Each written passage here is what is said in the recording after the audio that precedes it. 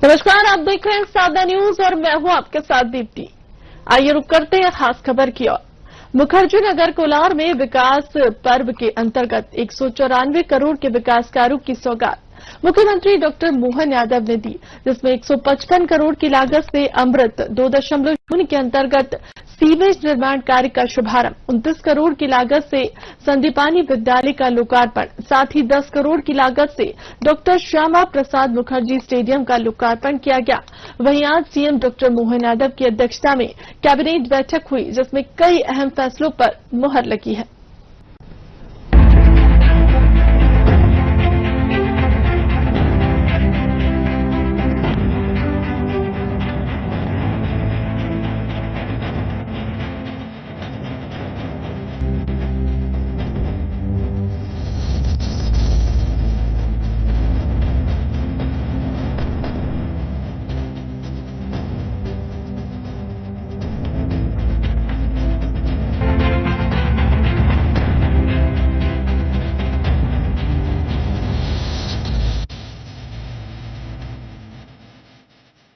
मुख्यमंत्री डॉक्टर मोहन यादव, खेल एवं युवा कल्याण मंत्री विश्वास सारंग, स्कूल शिक्षा मंत्री राव उदय प्रताप सिंह, मंत्री कृष्णा गौर, महापौर मालती राय, निगम अध्यक्ष किशन सूर्यवंशी मौजूद रहे।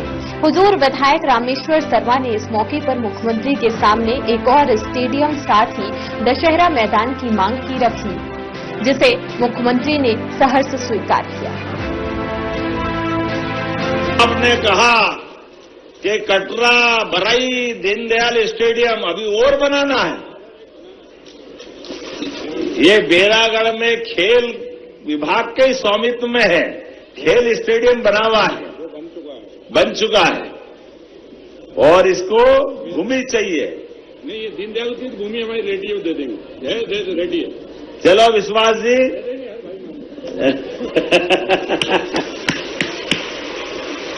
इस अवसर पर आपने कहा रामलीला मैदान भी चाहिए। अरे खूब रामलीला करो, रावण जलाओ, ये तो आनंद आना ही चाहिए, कोई मना नहीं। आपने कहा थाना भी चाहिए। अरे थाने तो होने ही चाहिए। गुंडे बदमाश को तो ठीक करने का काम हमारी सरकार बहुत अच्छे से कर रही है। जिस प्रकार का समय चल रहा है, आने वाले समय में परमात्मा करे विकास के काम भी चलते जाए और सुशासन के काम चलते जाए। खेल एवं युवा कल्याण मंत्री विश्वास सारंग ने कहा कि मध्य प्रदेश की सरकार युवाओं के कल्याण और रोजगार के लिए लगातार कार्य कर रही है। यदि गौर से देखें तो माननीय मुख्यमंत्री जी की जो विकास की अवधारणा है वो इस कार्यक्रम के माध्यम से परिलक्षित होती है, जहां एक और कोलार क्षेत्र की सीवेज के लिए लगभग 150 करोड़ रुपए की सौगात माननीय मुख्यमंत्री जी दे रहे हैं। ये इंफ्रास्ट्रक्चर डेवलपमेंट शहर के विकास, शहर के समुचित विकास की अवधारणा को स्थापित करता है। तो दूसरी तरफ जिस प्रकार से हमारे देश के यशस्वी प्रधानमंत्री नरेंद्र मोदी जी ने खेल, युवा और खिलाड़ी के उन्नयन के लिए जिस प्रकार से खेल को आगे बढ़ाने की योजना बनाई है, तो ये स्टेडियम मोहन यादव जी की खेलों और युवाओं के कल्याण की अवधारणा को स्थापित करता है। और यदि किसी समाज को सुव्यवस्थित करना है तो निश्चित रूप से उसमें शिक्षा बहुत महत्वपूर्ण आयाम है। तो सांदीपनी स्कूल की शुरुआत करके शिक्षा के लिए मोहन यादव जी का क्या कुछ दृष्टिकोण है, वो भी इस कार्यक्रम के माध्यम से स्थापित होता है। स्थापित हो रहे सांदीपनी विद्यालय को लेकर कहा कि डॉक्टर मोहन यादव के नेतृत्व में मध्य प्रदेश की सरकार शिक्षा के क्षेत्र में इंफ्रास्ट्रक्चर को मजबूत कर रही है। मुखर्जी नगर कोलार में हुए 194 करोड़ के विकास कार्यों के साथ ही इस मंच पर अयोध्या श्री राम मंदिर पर झंडा फहराने को लेकर जय श्री राम के नारे भी लगे। सांदीपनी विद्यालय का भी आज लोकार्पण कार्यक्रम हुआ है। हम धन्यवाद देना चाहते हैं माननीय मुख्यमंत्री जी को। इस प्रदेश में लगातार लगभग हर हफ्ते माननीय मुख्यमंत्री जी 1-2 सांदीपनी स्कूल्स का लोकार्पण इस प्रदेश में कर रहे हैं और आगामी समय में ये व्यवस्था आगे अच्छी बढ़ती रहे। Sandipani schools, model schools, excellence, पीएम3, इन हमारे विद्यालयों की अवधारणा और बलवती हो, इस बात के लिए हमारे मुख्यमंत्री जी लगातार उनका मार्गदर्शन विभाग को मिलता है। आगे आने वाला समय मध्य प्रदेश के विद्यार्थियों के लिए सही मायनों में बहुत सुखमय है और आगे बढ़ने के लिए उनके पास एक अच्छा प्लेटफॉर्म मुख्यमंत्री जी के नेतृत्व में इस प्रदेश में मिलने वाला है। जैसा विश्वास जी ने कहा कि औद्योगिकरण के रास्ते पर इस प्रदेश को डालने का काम हमारी सरकार ने, हमारे मुख्यमंत्री जी ने किया है। स्वाभाविक रूप से जब उद्योग लगेंगे रोजगार पैदा होंगे, जब रोजगार आएंगे तो उन रोजगारों में यही बच्चे जो आज बैठे हैं ये पढ़ लिख कर वहां समायोजित होंगे। इसलिए हम कह सकते हैं कि मध्य प्रदेश का भविष्य बहुत सुखमय है और बहुत विकासोन्मुख है। मैं पुनः बहुत बधाई देता हूं, चूंकि अभी इस कार्यक्रम के तुरंत बाद माननीय की अध्यक्षता में कैबिनेट भी है। मैं सभी यहां बैठे हुए बच्चों को एक अच्छे, बहुत ही हाईटेक और वेल फर्निश्ड एक कैंपस के लिए संदीपनी विद्यालय जो नया उनको मिलने वाला है, जिसमें वो बैठकर अध्ययन करेंगे, अपने जीवन को संवारने का काम करेंगे। उन बच्चों को बहुत बधाई देता हूं, उनके उज्जवल भविष्य की शुभकामनाएं देते हुए यहां पर विराजमान सभी बड़ी संख्या में सुबह सुबह, क्योंकि 11 बजे किसी कार्यक्रम को सफल करना सबसे बड़ी चुनौती रहती है, हजारों की संख्या में आप सब यहां पधारे। मैं आप सब हृदय से आभार व्यक्त करते हुए आज इस सदी का एक बड़ा अवसर है जब अयोध्या में भगवान श्री राम लला विराजित हमारे मंदिर के ऊपर अब से 7-8 मिनट के बाद भगवा ध्वज लहराने वाला है। मुझे लगता है कि आज मोदी जी को जय श्री राम करने का अवसर है, माननीय मोहन जी को जय श्री राम करने का अवसर है। मैं एक बार आपसे कहूंगा, मोदी जी को तो आप कहेंगे जय श्री राम, मोदी जी को जय श्री राम, मोदी जी को जय श्री राम, मोहन जी को जय श्री राम, मोहन जी को जय श्री राम, जय श्री राम। बहुत बहुत धन्यवाद। जय हिंद। मुख्यमंत्री डॉक्टर मोहन यादव ने आज श्यामा प्रसाद मुखर्जी स्टेडियम से अमृत योजना 2.0 का शुभारंभ किया। इस दौरान उन्होंने कहा कि स्टेडियम जिस व्यक्ति के नाम बना है वह अद्वितीय है। श्यामा प्रसाद मुखर्जी ने भविष्य संकट की पहचानते हुए धारा 370 के कलंक को सामने लाकर बताया था। मुखर्जी ने हमेशा जवाहरलाल नेहरू को जिताया था। धारा 370 के कारण देश ने काफी कुछ चुकाया। कश्मीर में हजारों पंडितों की हत्या की गई। यह पूरा पाप कांग्रेस के कारण हुआ। प्रधानमंत्री नरेंद्र मोदी के नेतृत्व में 370 का कलंक खत्म हुआ। कलंक खत्म होने के बाद आज लाल चौक पर तिरंगा फहराया जाता है। पाकिस्तान को हमारी सेना जब घुसकर मारती है तो पप्पू सबूत मांगता है। कांग्रेस कभी सुधरने वाली नहीं है। अद्भुत कार्यक्रम में और जिनके नाम पर ये स्टेडियम बना है वो अद्वितीय व्यक्तित्व, जनसंघ के संस्थापक, शिक्षाविद, भविष्य दृष्टा और जिनने 31 साल की उम्र में वाइस चांसलर बनकर के भी कलकत्ता विश्वविद्यालय में अपनी पहचान बनाई। आजादी के बाद भारत सरकार के मंत्री तो बने, लेकिन मंत्री बनने के साथ भविष्य में होने वाले संकट को पहचान कर धारा 370 जैसे कलंक को दुनिया के सामने लाके बताया। माननीय प्रधानमंत्री नेहरू जी, ये देश आजाद हो गया, सभी राज्य बराबर है, किसी राज्य को अलग से दर्जा मत दो, और उन्होंने चेताया। लेकिन नेहरू जी माने नहीं, क्योंकि अंग्रेज चले गए, कांग्रेस छोड़ गए। ये कांग्रेस की बीमारी है ऐसी। इनके साथ संकट ये कि ये जब भी करते ऐसा करते कि भविष्य में देश कीमत चुकाता है। लेकिन हमें गर्व है, हमारे एक ऐसे नेता डॉक्टर श्यामा प्रसाद मुखर्जी, जिनने कहा कि ये धारा 370 नहीं, ये भविष्य में बहुत बड़ी कीमत देश इसका चुकाएगा।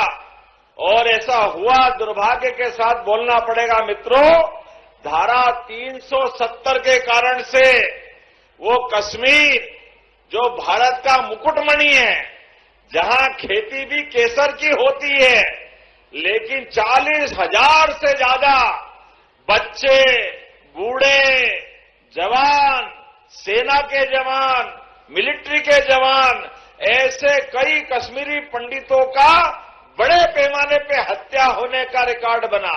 ये पूरा पाप कांग्रेस के माथे है और हमें इस बात का गर्व है, हमारे पहले जनसंघ के अध्यक्ष ने इस बात को चेताते हुए अपने भारत सरकार के मंत्री पद को लात मार करके मंत्रिमंडल से इस्तीफा दिया और कश्मीर जाकर आंदोलन करने का संकल्प लिया। देश को और दुनिया के सामने भविष्य में आने वाली चुनौती को सामने लेके बढ़े। उन्होंने कहा कि ये 370 भविष्य में कलंक साबित होगी, लेकिन कांग्रेस के ऊपर इसका असर नहीं हुआ।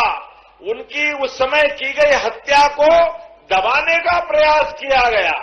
मुझे गर्व है यशस्वी प्रधानमंत्री के नेतृत्व में वो 370 का कलंक हटा करके हमने अपने उस समय के संकल्प को पूरा किया।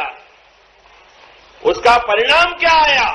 उसका परिणाम यह आया कि जिस कश्मीर के लाल चौक में भी झंडा देश का फहराने के लिए हमको बड़ी मुश्किल से अनुमति या कई बार अनुमति नहीं मिलती थी, आज 370 का कलंक हटने के बाद कश्मीर में पूरे देश के साथ पहलगांव की घटना अगर घटती है तो सबसे पहले कश्मीर के लोग यशस्वी प्रधानमंत्री के नेतृत्व में खड़े होते हैं कि पाकिस्तान का जो हाल करना करो, लेकिन आतंकवादियों से समझौता मत करो। ये है मोदी और ये है उनकी सरकार। हमारी निष्ठा इस देश के साथ होना चाहिए, हमारी निष्ठा इस देश के नागरिकों के साथ होना चाहिए, हमारी भावनाएं देश के वासियों के साथ होना चाहिए। इसलिए लेकिन बड़े दुर्भाग्य के साथ बोलना पड़ता है, रस्सी जल गई, बल नहीं गया। अभी तक कांग्रेस को ये समझ में नहीं आता। कांग्रेस के लोग अभी भी वो भाषा बोलते हैं, पता नहीं क्या मालूम किस भावना से ये लेते हैं। जब देश के दुश्मनों से भारत की सेना पाकिस्तान में घुस के उनको मारने का काम करती है तो ये पप्पू उनसे सबूत मांगते, देखो कांग्रेस और कांग्रेस वालों को। ये इनकी भावना है। हमारे दुश्मनों को हम घर में घुस के मार रहे हैं, सेना उसका बदला ले रही है, लेकिन ये कांग्रेस कभी समझने को तैयार नहीं। जो वहां बोलते हैं यहां दिग्विजय सिंह बोलते हैं। नक्सलवादियों को हमारे लोग, हमारी सेना मारती है और ये नक्सलवादियों के लिए आंसू बहाते हैं। पता नहीं कांग्रेस कब सुधरेगी, एक जैसे ही लाइन पर चलती, समझ में नहीं आता करना क्या है। लेकिन कोई बात नहीं, मैं भोपाल वालों को बधाई देना चाहता हूं। विश्वास जी और रामेश्वर जी के लिए जोरदार ताली बजाओ।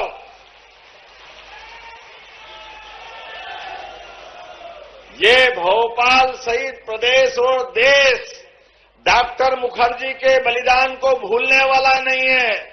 47 में की गई गलती को माननीय मोदी जी ने दूर किया और डॉक्टर मुखर्जी के बलिदान को याद रखने के लिए इतना भव्य दिव्य स्टेडियम दिया।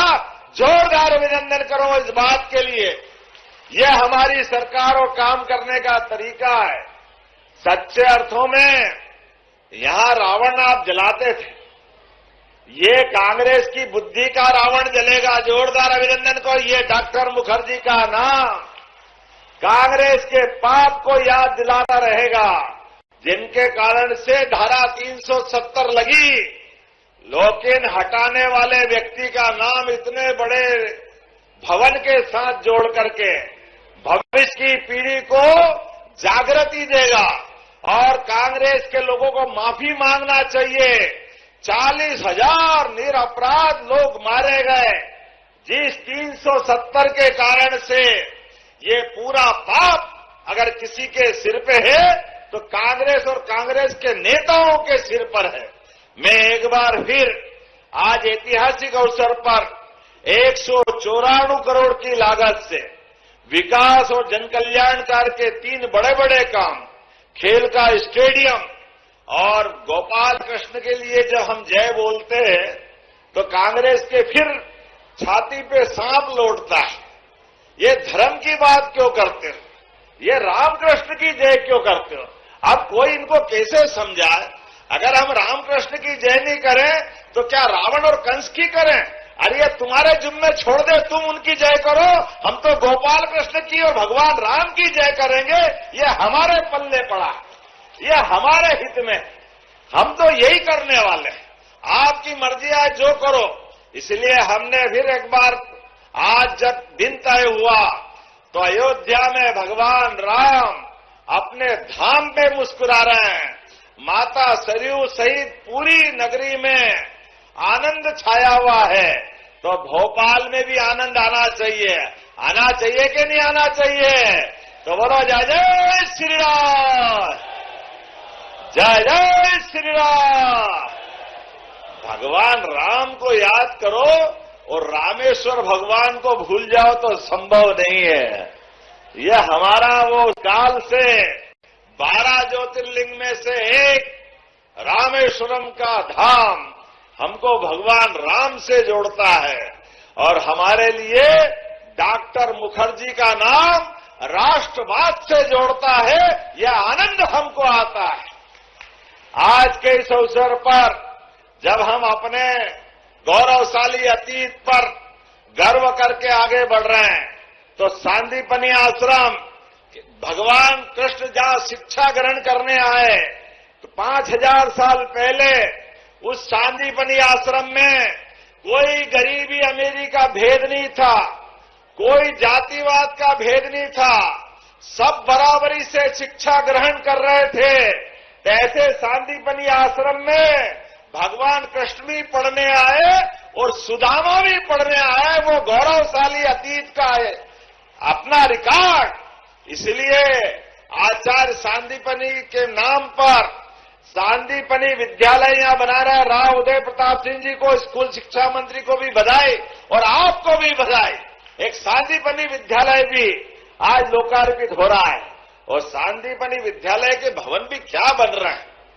मैं गारंटी के साथ कह सकता हूं, सरकारी इस प्रकार के भवन पूरे देश तो क्या दुनिया में नहीं मिलेंगे। जोरदार अभिनंदन करो, इतने बड़े भव्य भवन बन रहे हैं। कांग्रेसियों, आंखें हो तो देख लो, तुम्हारे जमाने में स्कूल के क्या हाल होते थे, और ये मोदी जी का और हमारा समय है। जोरदार अभिनंदन करो, ये नए प्रकार का समय है। गरीब से गरीब विद्यार्थी भी भव्य दिव्य भवन में पढ़ेगा।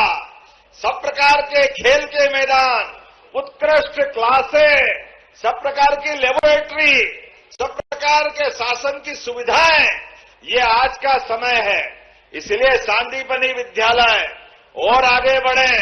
1000 करोड़ की सीवर प्रोजेक्ट, क्या जोरदार भाग्य लाए रामेश्वर जी, कितना बड़ा बड़ा काम कराते हैं भाई। आज यहां 1055 करोड़ की अमृत 2 परियोजना का भूमि पूजन भी महापौर जी और सबको बधाई, जोरदार अभिनंदन करें। 700 किलोमीटर की, जिसमें 171 MLD के 9 सीवेज उपचार यंत्र, 1,21,000 घरेलू सीवेज कनेक्शन, पूरी परियोजना में 4 पैकेज है। इसके माध्यम से भोपाल का सीवेज नेटवर्क 60% कवर होगा, और जिसके आधार पर उपचार क्षमता बढ़ेगी। 2040 तक का 85% एरिया कवर होगा। ताली बजाओ तो मजा आना चाहिए, इतना बड़ा काम यहां भी हो रहा है। इसके पूरे होने से 7 लाख आबादी 3 साल में कवर होगी। इतनी बड़ी परियोजना है। और ये आधुनिक खेल परिसर भी 9 एकड़ में 11 करोड़ 50 लाख की लागत से बना है। जोरदार अभिनंदन करें इस माध्यम से। Indoor, outdoor, badminton, judo, table tennis, boxing और मलखंब और क्रिकेट के सारे मैदान। अरे कितना बढ़िया समय चल रहा है, क्या छोड़ा है आपने। सब कुछ इस एक साथ अपने, और केवल एक भवन नहीं, भविष्य के चैंपियंस का भी लॉन्च पैड है। जिस प्रकार का समय चल रहा है, आज का समय तो हमारे लिए भारत में खेलों की लंबी परंपरा है। मलखम, कुश्ती, कबड्डी, गिल्ली डंडा, घुड़दौड़, ये हमारे प्राचीन समय के खेल थे। लेकिन इन खेलों के आधार पर हमारी प्राचीन परंपरा भी कितनी बढ़िया थी। खेल केवल खेलने के लिए नहीं है, ये पराक्रम और पुरुषार्थ के लिए जाने जाते थे। इसलिए स्वयंवर भी होता तो जो सबसे ज्यादा बलशाली, बुद्धिशाली हो, उसको स्वयंवर के माध्यम से खेल का भी उत्कृष्ट प्रदर्शन करना पड़ता और उसके बाद स्वयं वरमाला उसके गले में आती थी। जोरदार अभिनंदन करो, इतना अच्छा अतीत हमारा। इस देश के वासी, उनकी संस्कृति वाकई धन्य है। तो जब अपने देश के दिल मध्य प्रदेश में खेलों की बात कर रहे हैं, तो एक एक करके भोपाल, और हमारी भोपाल का बड़ा गौरव राजधानी का भी है। तो एक स्टेडियम तो यहां और एक 800 करोड़ का वो भी आपकी विधानसभा में बन रहा। जोरदार अभिनंदन करें। रामेश्वर जी की तो चारों उंगलियां घी में और सिर कढ़ाई में। आपके लिए तो क्या बचा है भाई। जो मिलेगा, जितना मिलेगा, जय जय श्री राम, चारों तरफ से। अब राजा भोज का दरवाजे भी कहीं बन रहा है, तो हुजूर में भी बन रहा है। क्या समय चल रहा है। राजा भोज 1000 साल पहले अद्भुत शासक हुए, जिनके कारण से भोपाल का भोपाल ताल, पूरा भोपाल गौरवान्वित होता है। और उनके और 1000 साल पहले, अर्थात 2000 साल पहले विक्रमादित्य हुए, उनका सुशासन भी जाना जाता है। विक्रमादित्य, जिनकी न्याय, दानशीलता, वीरता और आदमी तो आदमी, भूत को भी पकड़ने की क्षमता रखने वाला अद्भुत सम्राट। विक्रमादित्य ने 2000 साल पहले अयोध्या में मंदिर बनाया था। उनका 84 काले कसोटी के खंबे वाला मंदिर, जिसको बाबर ने बाद में तोड़ा था, हमारा इस बात का सौभाग्य है कि महामंदिर धूमधाम से बनकर के महावीर ध्वज चढ़ रहा है और यहां भी विक्रमादित्य दरवाजा बनाया जाएगा। जोरदार अभिनंदन करो, ये काल अद्भुत है।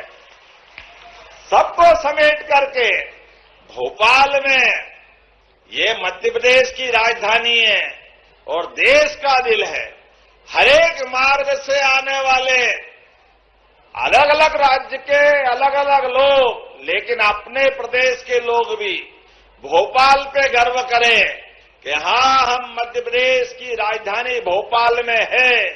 तो भोपाल का अतीत जितना गौरवशाली है, सारे महापुरुषों के नाम पर अलग अलग दरवाजे बनाकर उनका इतिहास भी अमर कर रहे हैं।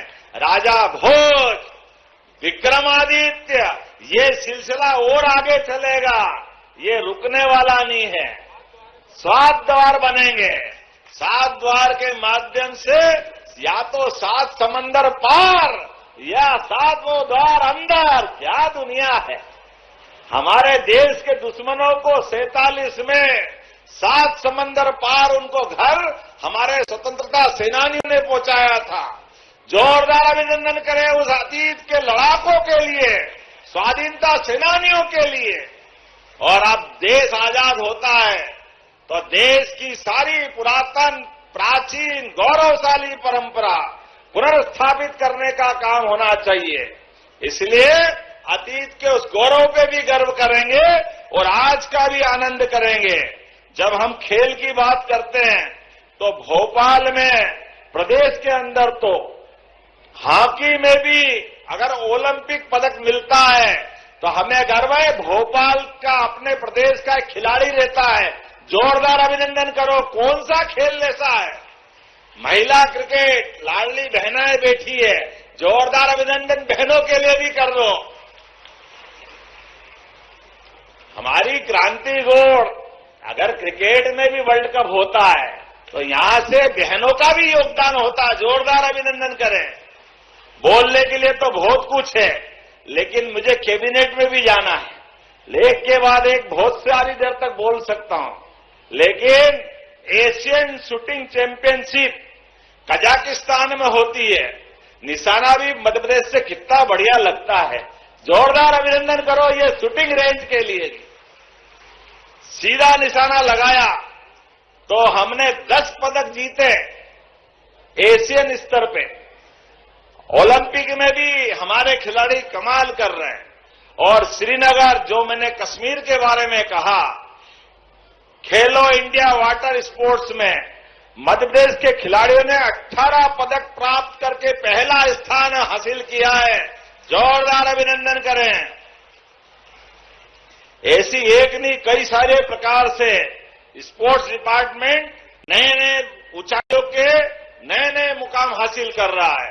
ओलंपिक, एशियाई गेम्स, अंतर्राष्ट्रीय प्रतियोगिता, ऐसे जब पदक जीतकर खिलाड़ी आते हैं तो हम उनको राजपत्रित पदों पर अर्थात फर्स्ट क्लास की नौकरी भी देने वाले हैं। जोरदार अभिनंदन करो खिलाड़ियों को प्रोत्साहन देने के लिए।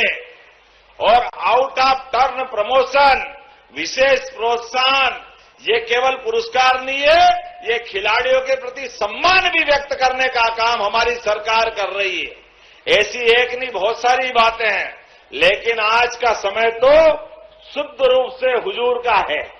क्या हुजूर, आपका नाम भी कितना बढ़िया है। इधर भी हुजूर, उधर भी हुजूर, ऊपर भी हुजूर, क्या बात। मैं तो परमात्मा से कामना करता हूं, भगवान करे हुजूर को किसी की नजर नहीं लगे। वहीं आज सीएम डॉक्टर मोहन यादव की अध्यक्षता में कैबिनेट की बैठक हुई। इस बैठक में कई बड़े और अहम फैसले लिए गए हैं। कैबिनेट के फैसलों की जानकारी नगरीय प्रशासन मंत्री कैलाश विजयवर्गीय ने दी। अब मध्य प्रदेश में नगरीय निकाय चुनावों में अध्यक्ष का चुनाव जनता सीधे करेगी।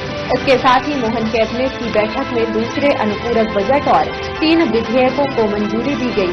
इसके साथ ही नक्सलियों के हमले में शहीद हुए एसएएफ के इंस्पेक्टर आशीष शर्मा के भाई को सब इंस्पेक्टर के पद पर नियुक्त दिए जाने और 1 करोड़ रुपए की विशेष अनुग्रह राशि परिजनों को दिए जाने को भी कैबिनेट ने मंजूरी दी। आज कैबिनेट ने लोकल बॉडीज के सभी लोकल बॉडीज की जो इकाइयां हैं हमारी, चाहे पहले तो अभी तक तो नगरीय क्षेत्र के मेयर्स के डायरेक्ट चुनाव थे, बाकी नगर पालिका और नगर परिषद के इनडायरेक्ट चुनाव थे, और सभी डायरेक्ट चुनावों के साथ अध्यादेश लाए, उसको हमने अनुमोदन किया है। उसके जल्दी ही बिल विधानसभा में लाने वाले हैं। अभी आपको मालूम है कि राजनांदगांव में हमारे देश के गृह मंत्री जी ने एक निश्चित किया कि निश्चित सीमा के अंदर नक्सलवाद इस देश से विदाई हो, और उसमें वो बहुत पूरी ताकत से लगे हैं। मुझे लगता है कि छत्तीसगढ़ में उन्होंने जितने प्रवास किए, मुझे नहीं लगता किसी राज्य में इतने किए होंगे, सिर्फ नक्सलवाद को समाप्त करने के लिए। और ये दिशा में सफलता ही मिली है सरकार को, और उसमें मध्य प्रदेश की भूमिका भी है। मध्य प्रदेश का हमारा हाथ फोर्स के जवान जो उसमें थे, राजनांदगांव में जो मुठभेड़ हुई थी, बाकी मुठभेड़ होती है उसमें मध्य प्रदेश के हमारे हाथ फोर्स भी जाती है, क्योंकि ये 3 स्टेट जो हमारे हैं, महाराष्ट्र, छत्तीसगढ़ और मध्य प्रदेश, इन तीनों का फोर्स साथ में लेके काम करता। पर दुर्भाग्य से एक आशीष शर्मा निरीक्षक वो शहीद हो गए थे। और आशीष शर्मा का जो पूरा रिकॉर्ड है बहुत आउटस्टैंडिंग था। वो राष्ट्रपति पदक भी 2 बार ले चुके थे, राष्ट्रपति से सम्मानित हो चुके थे, पर दुर्भाग्य से इस मुठभेड़ में वो शहीद हो गए। तो उनके छोटे भाई को माननीय मुख्यमंत्री जी ने कहा कि उनके परिवार को हम नौकरी देंगे, तो उनके छोटे भाई को उपनिरीक्षक पद पर अनुकंपा नियुक्ति देंगे और उनके परिवार को 1 करोड़ रुपए की सहायता देंगे। भोपाल में आज मुख्यमंत्री डॉक्टर मोहन यादव की अध्यक्षता में कैबिनेट बैठक हुई। इसमें कई अहम फैसले लिए गए। बैठक के बाद नगरीय प्रशासन मंत्री कैलाश विजयवर्गीय ने फैसलों की जानकारी दी। उन्होंने बताया कि पूरे प्रदेश में 1 दिसंबर को गीता जयंती बड़े स्तर पर मनाई जाएगी, क्योंकि गीता सिर्फ धार्मिक ग्रंथ नहीं बल्कि जीवन की मास्टर की है। इसके साथ ही मध्य प्रदेश अंतर्राष्ट्रीय गीता महोत्सव में भी हरियाणा के कुरुक्षेत्र में भाग लेगा। आप सभी जानते हैं गीता जयंती 1 दिसंबर को है। हम सारे प्रदेश में गीता जयंती मनाएंगे और हमारा ये मानना है कि जो भगवत गीता है वो किसी धर्म की नहीं है, वो मानव धर्म की है। तो आपने देखा होगा हमारे यशस्वी प्रधानमंत्री जब भी कोई विदेश यात्रा पे जाते हैं तो एक गीता जरूर लोगों को देते हैं। तो गीता जी का अपना एक महत्व है और ये कि मानव धर्म है ऐसा मानते हैं हम इसको। और मैं व्यक्तिगत रूप से गीता को मास्टर की कहता हूं। किसी भी प्रश्न का उत्तर, किसी भी दुविधा का सवाल उत्तर यदि कहीं किसी ग्रंथ के अंदर है तो सिर्फ गीता के अंदर है। और हमारे यशस्वी मुख्यमंत्री मोहन यादव जी ने 1 दिसंबर को सारे प्रदेश में गीता जयंती मनाने की निवेदन किया है और 24 नवंबर से 1 दिसंबर की अवधि में कुरुक्षेत्र में हरियाणा सरकार के और वहां के धार्मिक संगठनों के सौजन्य से अंतर्राष्ट्रीय गीता महोत्सव मनता है। हमारी कोशिश है कि उस अंतर्राष्ट्रीय गीता महोत्सव में भी मध्य प्रदेश कैसे हिस्सेदारी कर सकता है और कैसे उस अंतर्राष्ट्रीय गीता महोत्सव का लाभ मध्य प्रदेश की जनता को मिल सके, इसके लिए हम लोग काम करेंगे। वैसे सभी विकास खंडों में, लगभग प्रदेश के 313 विकास खंडों और 55 जिलों में और 10 संभागों में श्री कृष्ण परंपरा के आचार्य सानिध्य में 3 लाख गीता प्रेमी श्रीमद् भागवत गीता के 15 अध्याय का श्लोक स्वर पाठ करेंगे। उज्जैन में भी ये कार्यक्रम होगा।